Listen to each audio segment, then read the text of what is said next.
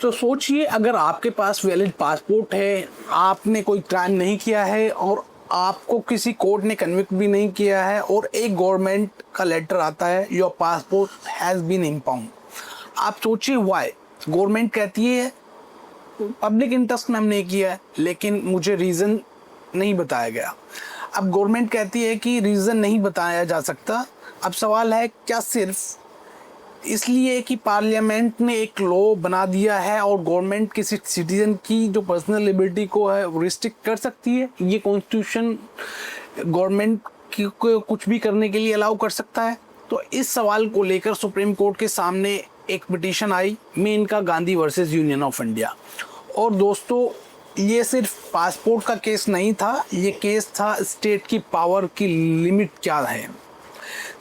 और सबसे important, article 21 में procedure establish by the law का एक्चुअल मीनिंग क्या होता है। तो कहानी शुरू होती है पासपोर्ट से। ये ईयर था 1977।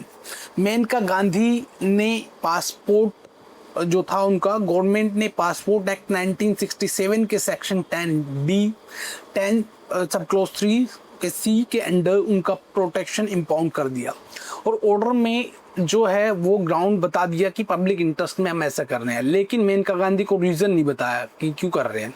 अब एक ऑर्डिनरी सिटीजन की तरह सोचिए, आपका पासपोर्ट इम्पाउंड हो जाए और आपकी जो फॉरेन ट्रेवल की एबिलिटी है वो ख़त्म हो जाए। आप पूछ रहे हैं कि मेरे अगेंस्ट गवर्नमेंट ने क्या कोई मटेरियल कंसिडर किया है, क्या है? तो क्वेश्चन ये पूछा गया और गवर्नमेंट ने आंसर दिया, हमको आपको नहीं बताएंगे, क्योंकि ये कॉन्स्टिट्यूशनल कंट्रोवर्सी यहाँ पे शुरू होती है। अब एक्चुअली इशू क्या है कि केस सिर्फ पासपोर्ट केस तक लिमिटेड नहीं था। यहाँ पे रियल इशू था कि जो क्या राइट टू ट्रेवल अब्रॉड है आर्टिकल 21 के अंडर पर्सनल लिबर्टी का पार्ट है। और अगर आंसर यस है तो पासपोर्ट इम्पाउंड करना पर्सनल लिबर्टी को अफेक्ट करेगा और फिर आर्टिकल 21 ट्रिगर होगा। अब आर्टिकल 21 के तहत no person shall be deprive of his life और personal liberty except according to the procedure established by the law. This is the clear the contention which is given in the article 21। अब important phase समझिए, procedure established by the law। Question क्या, इसका मतलब ये है कि parliament ने कोई प्रोसीजर बना दिया, बस गवर्नमेंट उसको फॉलो करे और फंडामेंटल राइट खत्म। क्या ये प्रोसीजर इटसेल्फ सफिशिएंट है, फेयर है, जस्ट है या रीजनेबल है? क्या होना चाहिए? अब ये जजमेंट का जो हर्ड है वो है कि पुराना लॉ क्या कहता है। अब थोड़ा बैकग्राउंड और समझिए जो बहुत ज़रूरी है। Before Maneka Gandhi supreme court के इम्पोर्टेंट जजमेंट था A Gopalan versus state of Madras. And जो गोपालन में आर्टिकल 21 को रिलेटिवली नैरो इंटरप्रिटेशन दिया गया था।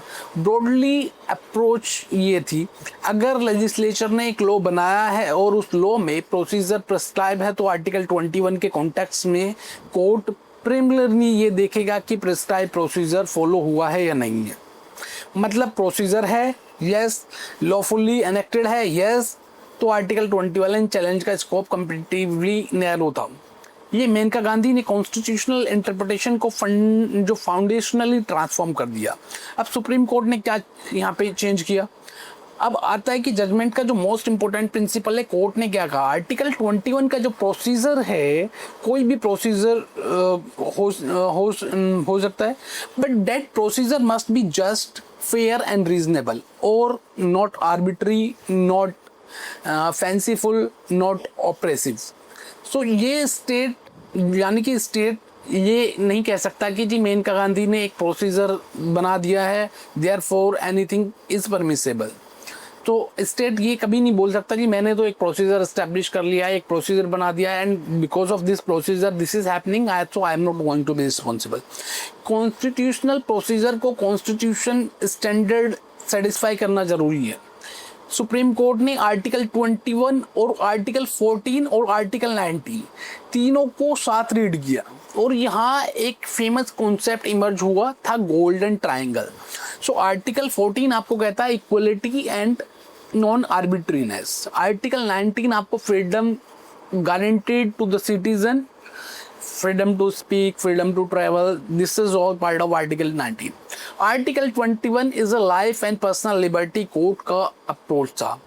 इन प्रोविजन को आइसोलेटेड कंपार्टमेंट में मत देखिए, they operate together. Reported judgement itself report that the principle of Article 21 does not exclude Article 19 and the law affected personal liberty must be withstand applicable fundamental right scrutiny.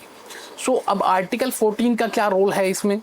यहाँ judgement extremely powerful हो जाता है कि article 14 सिर्फ ये नहीं कहता कि everyone is equal before the law. Article 14 को ब्रॉडर कॉन्सेप्चुअल प्रिंसिपल है नॉन आर्बिट्रीनेस के रूप में डेवलप किया।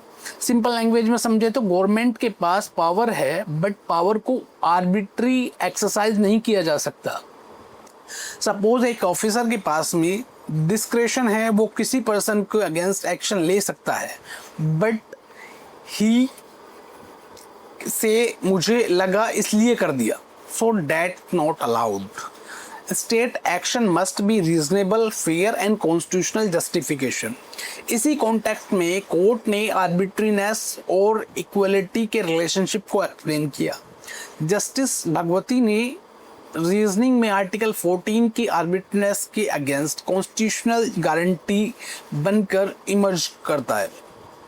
सो अब आर्टिकल 19 को समझते हैं। यहाँ पे आर्टिकल 19 का क्या स्कोप रहा है जजमेंट में।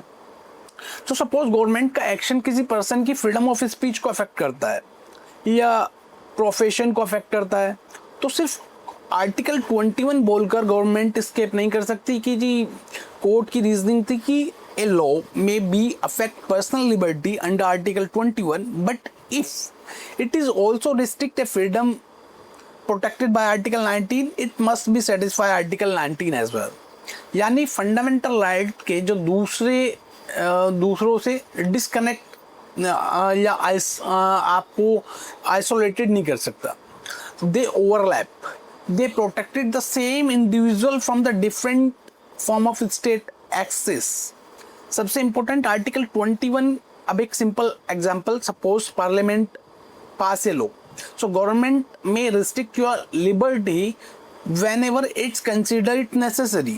क्या ये ऑटोमेटिकली कॉन्स्टिट्यूशन में ऐसा हो सकता है? तो मेनका गांधी ने इसका आंसर दिया जी नहीं, ऐसा नहीं होगा। लॉ का जो एग्जिस्टेंस है अलोन सफिशिएंट नहीं है। Procedure must B satisfy the constitutional standard, it must be fair, it must be just and reasonable. और यहाँ जो पॉइंट है वो इंडियन कॉन्स्टिट्यूशन लॉ के एक न्यू डायरेक्शन देता है। कोर्ट इफ कहता है, अब कोर्ट यहाँ पे क्या कहता है, constitution does not permit liberty can taken away through an unfair और arbitrary procedure merely because that procedure has been enacted as a law. So ये बड़ा इंपॉर्टेंट चीज था। I am just repeating the same again. Constitution does not permit liberty to be taken away through an unfair or arbitrary procedure merely because that procedure has been enacted as a law। मतलब कि constitution ये permit नहीं करेगा कि किसी की liberty ले ली जाए क्योंकि एक अनफेयर और आर्बिट्री लॉ इस्टेब्लिश हो गया है, एक लॉ बन गया है। So natural justice enter in article 21। अब केस आता है इस तरफ की गवर्नमेंट ने मेनका गांधी को पासपोर्ट इंपाउंड करने से पहले प्रॉपर हियरिंग नहीं दी, तो रीज़न भी नहीं इनिशियली उनको बताया, डिस्क्लोज किया।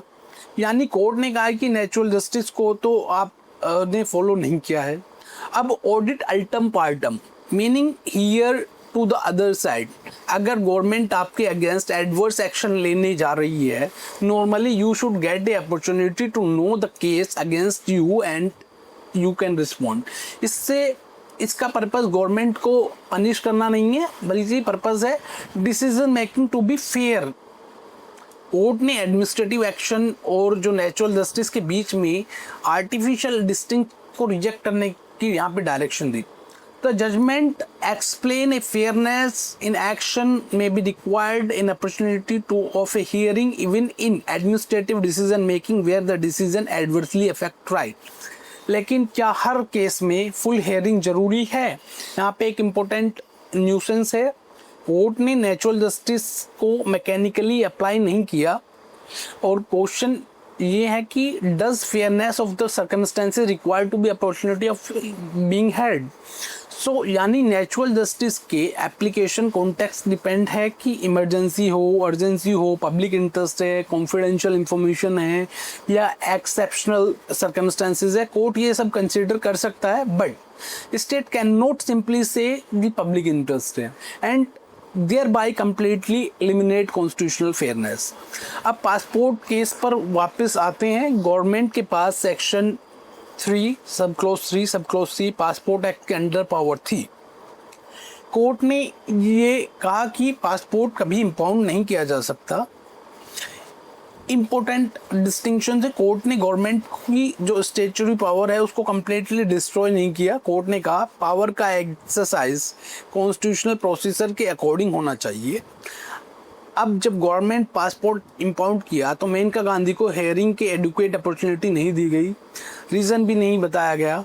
देयरफॉर नेचुरल जस्टिस का इशू अराइज हुआ। The reported judgement specifically record the government had not afforded the petitioner as an opportunity to hear after the impounding order and had declined to furnish reason despite her request. The court treat this as inconsistency with the natural justice and the statutory procedure. So court ने यहाँ पे कहा कि public interest का क्या कोई blank cheque है public interest. अब ये कॉन्सेप्ट भी आप समझिए कि गवर्नमेंट ने कहा कि पब्लिक इंटरेस्ट का जो किस बेसिस पे कौन से जो मटेरियल है, कौन सी रीजनिंग है, कौन सी जो प्रोसीजर है, क्या अफेक्टेड पर्सन को आंसर करने की अपॉर्चुनिटी मिली। सो कॉन्स्टिट्यूशनल जो है गवर्नमेंट में public interest is not a magic phrase, it can not automatically immunise state action for judicial review. So court का एक्चुअल फाइंडिंग क्या था अब समझते हैं। तो कोर्ट ने फाइंडिंग को सिंपल लैंग्वेज में समझिए, right to travel abroad is connected with the personal liberty, therefore interference with such liberty attract article 21 scrutiny. And second, procedure established by the law can not be understood as any arbitrary procedure. Procedure must be satisfy the constitutional requirement being fair, just and reasonable. Third, Article 14 and Article 19 and Article 21 are interconnected. As a law affecting personal liberty may have to be satisfy the requirement of the applicable fundamental right. Okay, and state action cannot be arbitrary. Article 14 strike it arbitrariness. So जो state के action है वो arbitrary नहीं हो सकती, मतलब arbitrary नहीं हो सकते कि they cannot be biased. And natural justice, natural justice may be form part of the procedure required by the Article 21. And where adverse administrative action affect liberty, fairness may require the opportunity of being heard. So why this judgment is revolutionary? अब समझिए कि 1978 से पहले article 21 को आप एक narrow gateway समझते थे। गेट पर लिखा था procedure establish bye the law. Government कहती थी लॉ बना दिया, प्रोसीजर प्रिस्क्राइब कर दिया, डन। अब मेनका गांधी के बाद कोर्ट ने कहा वेट, गेट के बाहर कॉन्स्टिट्यूशन खड़ा है और कॉन्स्टिट्यूशन पूछता है कि प्रोसीजर फेयर है, प्रोसीजर रीजनेबल है, आर्बिट्री तो नहीं है, नेचुरल जस्टिस कंप्लाई हुआ है, आर्टिकल 14 सेटिस्फाई करता है, आर्टिकल 19 एप्लीकेबल है तो उसकी जो रिक्वायरमेंट है उनको सेटिस्फाई होती है, और सडनली आर्टिकल 21 का स्कोप ड्रास्टिकली एक्सपेंड हो गया। एक सिंपल एग्जांपल, सुप्रीम कोर्ट में आपका लाइसेंस कैंसिल कर दिया, अगर सपोज गवर्नमेंट ने आपका लाइसेंस कैंसिल कर दिया, तो ओल्ड अप्रोच थी कि लॉ में कैंसिलेशन की पावर है, yes possible enough, but post Maneka Gandhi आप पूछ सकते हैं व्हाई, क्यों, on what material on record why this decision has been taken, was the decision is arbitrary while the person was the person heard where fairness required, it is a procedure reasonable, does it violate another fundamental right, यानी जो power, procedure, fairness, constitutional reasonable all matter. So Maneka Gandhi का जो real legacy है दोस्तों, इस judgement का real contribution passport नहीं है, रियल कंट्रीब्यूशन है कॉन्स्टिट्यूशनल लाइजिंग द प्रोसीजर। आर्टिकल 21 को कोर्ट ने एक लिविंग गारंटीड बना दिया। लाइफ का मतलब सिर्फ जिंदा रहना नहीं है, प्रोसीजर लिबर्टी का मतलब है सिर्फ जेल में नहीं होना है। तो constitutional liberty demand fairness, dignity, reasonableness, protection against the arbitrary state action.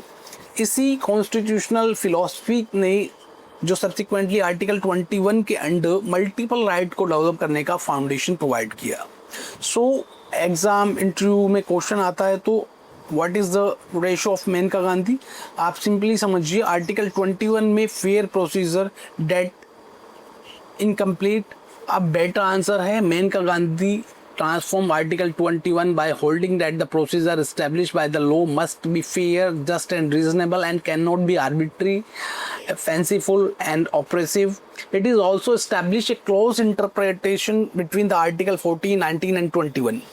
Therefore, subjected state action affecting personal liberty or a broader constitutional standard, reasonableness and fairness.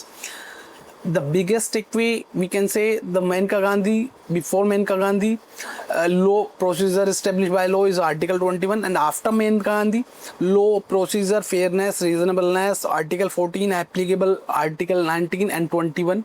और इसी वजह से Maneka Gandhi versus union of India is not merely a passport case, it is one of the foundation judgment of modern Indian. So अगली बार अगर आपको constitution के article 21 पढ़ें तो सिर्फ ये मत पढ़िए कि no person shall be deprive of his personal liberty except the according to the procedure established by law. इस सेंटेंस के पीछे पूरी कॉन्स्टिट्यूशनल फिलॉसफी छुपी है। क्वेश्चन ये है क्या गवर्नमेंट के पास पावर है। रियल कॉन्स्टिट्यूशनल जो क्वेश्चन है, how is this power exercise, क्या पावर फेयरनेस एक्सरसाइज हुई है, रीजनेबली एक्सरसाइज हुई है, विदाउट आर्बिट्रीनेस एक्सरसाइज हुई है, और जो नेचुरल जस्टिस है वो फॉलो करते हुए एक्सरसाइज हुई है। Because a constitutional democracy power is not the end, fair exercise of power is a constitutional command. And in this enduring lessons, Maneka Gandhi versus Union of India in 1978, Article 14 is equality plus non-arbitrariness. Article 19 is a fundamental freedom. Article 21 life plus personal liberties, and Passport Act Section 10 subclause 3 power to impound passport, natural justice, odi ultim partem, and core test procedure must be fair, just and reasonable. The Supreme Court report decision dated 25 January 1978 reported decided by the 7 judge benches. So in this case we see कि court ने कैसे इसको decide किया। तो court ने article 21 की जो length है उसको बढ़ा दिया है। अब आप समझिएगा कि article 21 is not merely talk about only the procedure established by the law, it's only contain article 14, 19 and 21. That triangle is there. So if you will like this video, please like the video, subscribe the channel, and if you have any question related to this video, please comment below in the comment box and subscribe our channel. Thank you very much.